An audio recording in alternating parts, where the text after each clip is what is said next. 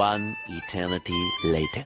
Yo, what's up mga kabarkada? Ayan, happy Wednesday sa lahat. At off ko pa rin. So, dito pa rin sa bahay. Relax gamay. And for today's video guys, reveal ko lang yung nabili kong gulay. Ayan. Makakagulay ka dito sa halagang 20 dirham. Ayan. Ano tayo? Presyo reveal. Malunggay. 5 dirham. So, sa halagang 5 dirham sa atin, mga 75 na yan, mahigit. Alugbate. Ito, alugbate. Ayan. Alugbate is 191. So, convert na natin sa 2 dirham. So, 30 yun. 30. Tapos, talong. 275.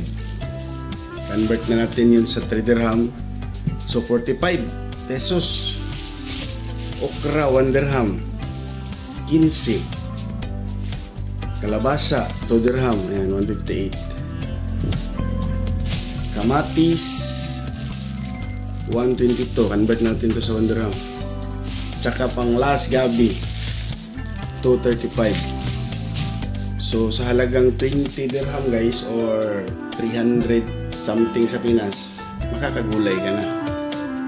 Oh, di ba? Kung convert natin, mahal din. Pero hindi masakit sa bulsa kasi nga mura ang presyo, tsaka mababa lang. Yan lang po. Gunggong! Barinig kita sa mukha eh!